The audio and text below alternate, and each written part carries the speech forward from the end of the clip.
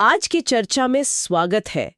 आज हम एक बहुत ही अहम मुद्दे पर बात कर रहे हैं जो सीधे छात्रों से जुड़ा है, पढ़ाई के साथ कमाई कैसे करें। हाँ, ये आजकल बहुत रेलेवेंट टॉपिक है। हमारे पास एक YouTube स्क्रिप्ट है जिसमें स्टूडेंट्स के लिए आप कह सकते हैं 10 साइड हसल मतलब अतिरिक्त कमाई के तरीके बताए गए हैं। अच्छा। और खास बात ये कि ये ऐसे तरीके हैं जिनसे पढ़ाई पर असर ना पड़े, ऐसा दावा है।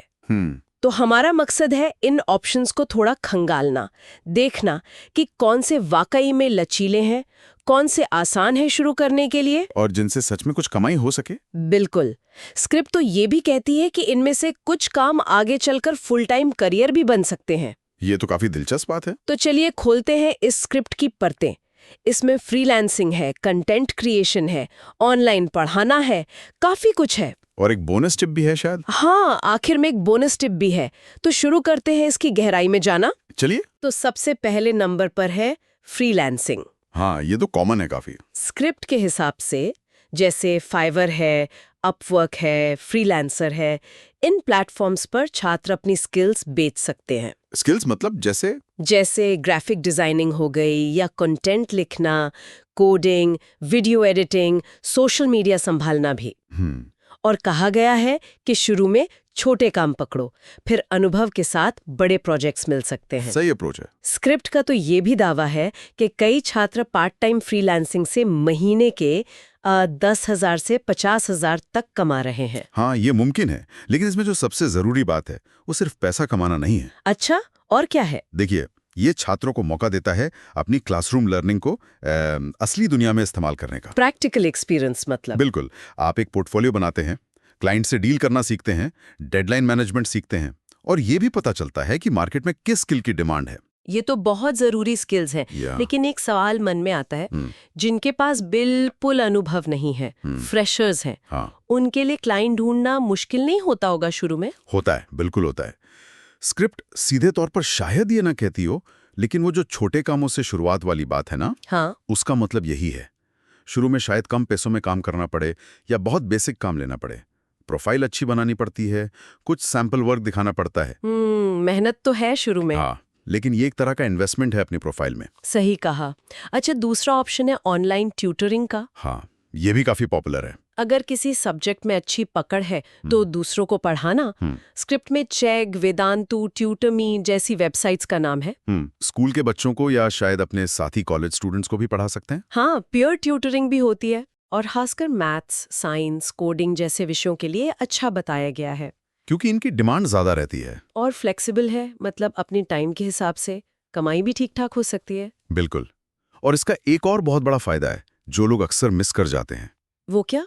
जब आप किसी और को कोई कॉन्सेप्ट समझाते हैं ना, तो वो आपकी खुद की समझ को भी बहुत गहरा कर देता है। अच्छा, हाँ, ये तो है। आपको उसे सरल बनाना पड़ता है, अलग अलग एंगल से सोचना पड़ता है। तो ये सिर्फ दूसरों की मदद नहीं, ये आपकी अपनी पढ़ाई को भी मजबूत करता है। और कम्युनिकेशन स्किल्स भी बेहतर होती होंगी। निश्चित रूप से। अपनी बात को साफ और असरदार तरीके से कहना सीखते हैं आप।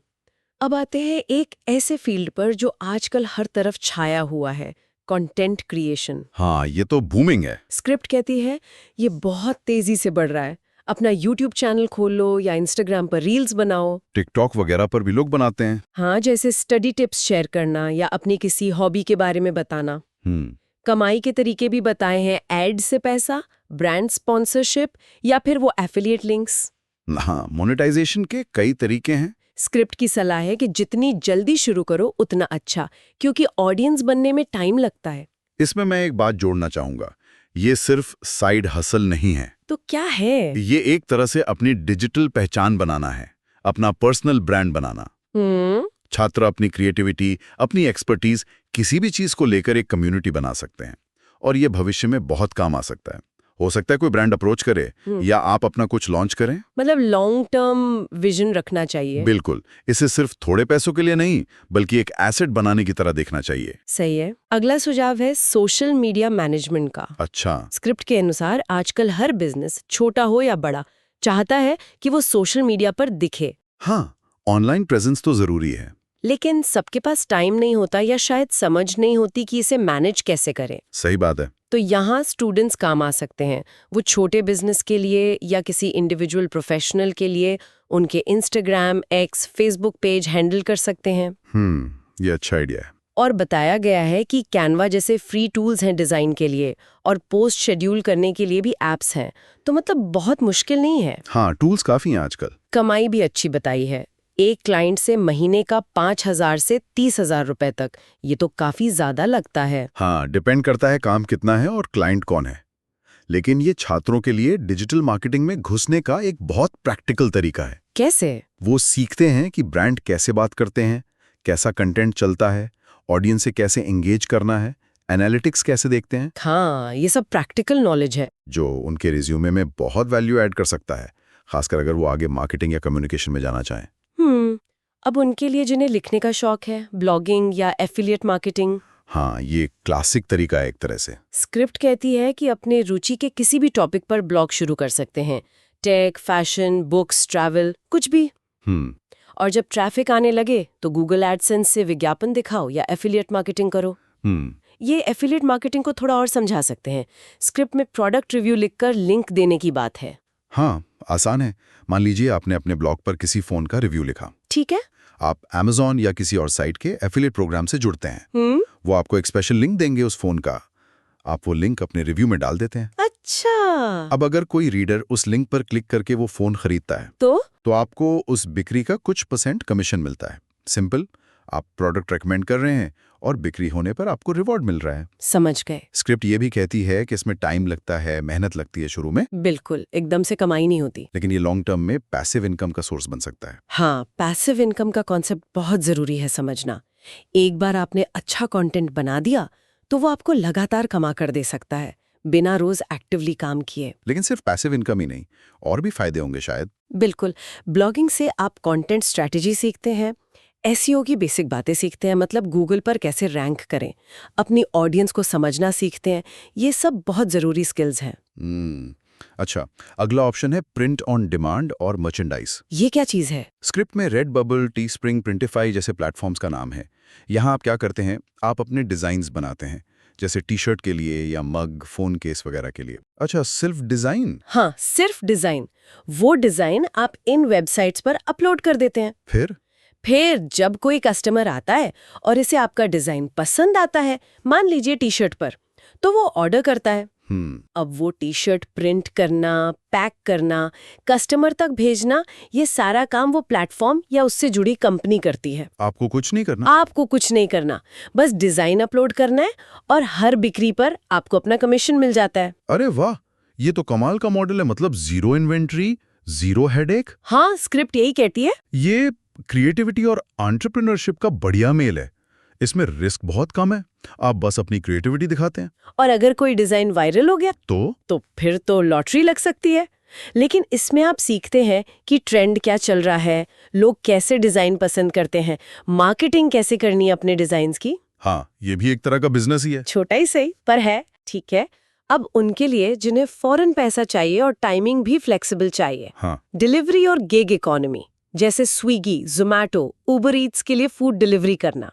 ये तो बहुत कॉमन है आजकल। या टास्क रैबिट जैसे प्लेटफॉर्म है जहां छोटे मोटे काम मिल जाते हैं, किसी की मदद कर दी कुछ सामान सेट करने में या कोई और छोटा मोटा टास्क। हाँ, मतलब तुरंत काम, तुरंत पैसा। स्क्रिप्ट कहती है कि इसमें घंटे आप खुद चुन सकते हैं, जो पढ़ाई के साथ मैनेज करना आसान बनाता है। और जिनके पास बाइक या स्कूटर है उनके लिए तो और भी अच्छा है। हाँ, फ्लेक्सिबिलिटी इसका सबसे बड़ा प्लस पॉइंट है। जिन्हें जल्दी पैसों की जरूरत है उनके लिए एक अच्छा ऑप्शन हो सकता है। लेकिन इसमें कोई स्किल डेवलपमेंट जैसा कुछ है? हाँ, ये एक जरूरी सवाल है। देखिए, ये काम आपको तुरंत पैसे तो दे देता है, लेकिन क्या आप इससे कोई ऐसी स्किल सीख रहे हैं जो आपके करियर में आगे काम आए? शायद नहीं। मतलब ये लॉन्ग टर्म के लिए उतना फायदेमंद नहीं। शायद उतना नहीं जितना कि फ्रीलांसिंग या कंटेंट क्रिएशन या कोई नई स्किल सीखना। ये ज्यादातर तात्कालिक जरूरतें पूरी करने वाला काम है। तो ये बैलेंस की बात है शायद। बिल्कुल, हो सकता है कोई थोड़े टाइम के लिए ये करे लेकिन साथ में कुछ और भी सीखता रहे या करता रहे। ये छात्र की जरूरत और लक्ष्य पर निर्भर करता है। सही है। अगला ऑप्शन है वर्चुअल असिस्टेंट बनना, VA जिसे कहते हैं। हाँ, VA का काम भी काफी बढ़ रहा है। स्क्रिप्ट के मुताबिक बहुत से बिजनेस ओनर्स, खासकर जो ऑनलाइन काम करते हैं या सोलोप्रेन्योर हैं, हाँ, उन्हें अपने रोज के कामों में मदद चाहिए होती है, जैसे ईमेल संभालना, मीटिंग शेड्यूल करना, रिसर्च करके देना या किसी ऑनलाइन स्टोर के ऑर्डर मैनेज करना। एडमिन वाले काम। हाँ बिल्कुल। और ये सारा काम छात्र अपने लैपटॉप या फोन से कहीं से भी कर सकते हैं। रिमोट? इसीलिए ये छात्रों में पॉपुलर हो रहा है और स्क्रिप्ट कहती है पेमेंट भी अच्छी मिलती है। हाँ, और इसका एक बड़ा फायदा है कि छात्रों को बिजनेस के अंदर का माहौल देखने को मिलता है। कैसे? वो सीखते हैं कि प्रोफेशनल तरीके से ईमेल कैसे लिखते हैं, टाइम मैनेजमेंट कितना ज़रूरी है, क्लाइंट से कैसे बात करनी है, अलग-अलग सॉफ्टवेयर कैसे यूज़ होते हैं। अच्छा, मतलब प्रैक्टिकल बिजनेस स्किल्स। बिल्कुल। Organisation, time management, professional communication, ये सब बहुत काम आता है आगे जाकर।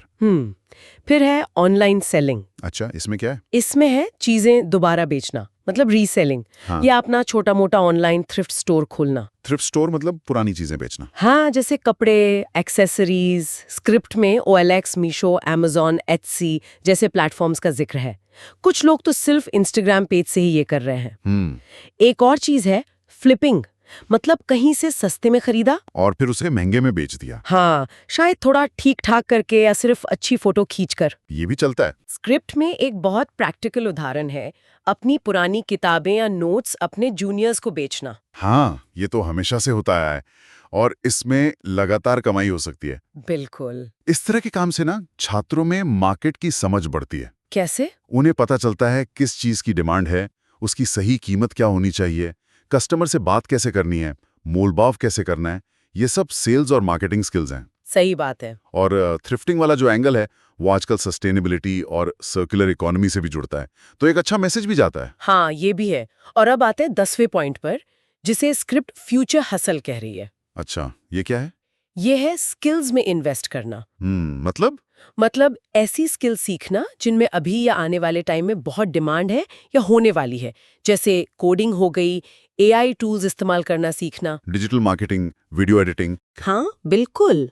स्क्रिप्ट साफ कहती है कि इससे शायद तुरंत पैसा न मिले। हाँ, ये लॉन्ग टर्म गेम है। बिल्कुल, लेकिन ये एक ऐसा इन्वेस्टमेंट है जो आगे चलकर बहुत ज्यादा कमाई वाले साइड हसल या फुल टाइम फ्रीलांसिंग करियर का रास्ता खोल सकता है। ये शायद सबसे जरूरी सलाह है इस पूरी लिस्ट में। आपको भी ऐसा लगता है? हाँ बिल्कुल।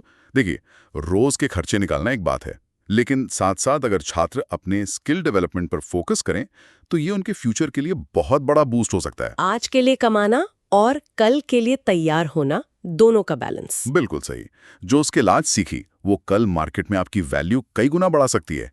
ये सिर्फ साइड हसल नहीं, ये करियर बिल्डिंग है।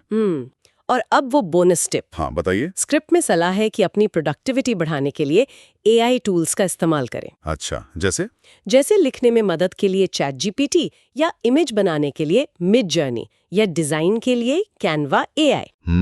आजकल तो बहुत सारे टूल्स हैं। तो स्क्रिप्ट का कहना है कि इनकी मदद से छात्र तेजी से काम कर सकते हैं, बेहतर क्वालिटी का काम कर सकते हैं। हाँ, एफिशिएंसी बढ़ सकती है और इससे उन्हें दूसरों पर एक बढ़त मिल सकती है। हाँ, ये बहुत सही है। लेकिन यहाँ एक चीज ध्यान रखनी होगी। क्या? AI टूल्स जो हैं वो असिस्टेंट हैं, वो आपकी जगह नहीं ले सकते। क्रिएटिविटी, क्रिटिकल थिंकिंग वो इंसान की ही रहेगी। मतलब उन पर पूरी तरह निर्भर नहीं होना है। बिल्कुल नहीं। लेकिन हाँ, इन साइड हसल को करते हुए AI का सही इस्तेमाल सीखना ये अपने आप में एक बहुत जरूरी स्किल बन गई है आजकल। तो मतलब AI को इस्तेमाल करना सीखना भी एक स्किल है। हाँ, ये दिखाता है कि टेक्नोलॉजी कैसे काम के तरीकों को बदल रही है। जो इन टूल्स को जल्दी सीखेंगे वो फायदे में रहेंगे। तो ये थे वो 10+1 तरीके जो उस YouTube स्क्रिप्ट में बताए गए थे। सार यही निकलता है कि छात्रों के पास आज बहुत मौके हैं। हाँ, कमाई के भी और सीखने के भी। ये तरीके सिर्फ पॉकेट मनी नहीं देते, बल्कि अनुभव देते हैं, स्किल सिखाते हैं और शायद थोड़ा फाइनेंशियल डिसिप्लिन भी। हर अनुभव कुछ न कुछ सिखाता है, चाहे वो फ्रीलांसिंग हो या कंटेंट बनाना या कोई नई स्किल सीखना। और यहीं पर एक सवाल मेरे मन में आ रहा है जो शायद सोचने लायक है। हाँ बताइए। ये जो छोटे छोटे अनुभव हैं, पहला क्लाइंट मिलना, पहला ब्लॉग कमेंट, पहली टी-शर्ट बिकना, ये पैसे और स्किल से हटकर ये किसी छात्र की सोच को, उसके कॉन्फिडेंस को, उसके फ्यूचर करियर के रास्ते को कैसे बदल सकते हैं। अच्छा, मतलब इनका लॉन्ग टर्म इम्पैक्ट क्या हो सकता है मानसिकता पर? हाँ, क्या ये उन्हें कुछ ऐसा करने के लिए प्रेरित कर सकते हैं जो उन्होंने पहले सोचा भी ना हो, कोई नया रास्ता। ये सिर्फ आज की कमाई नहीं, ये शायद कल की बड़ी संभावनाओं की बीज बोना है। ये वाकई सोचने वाली बात है।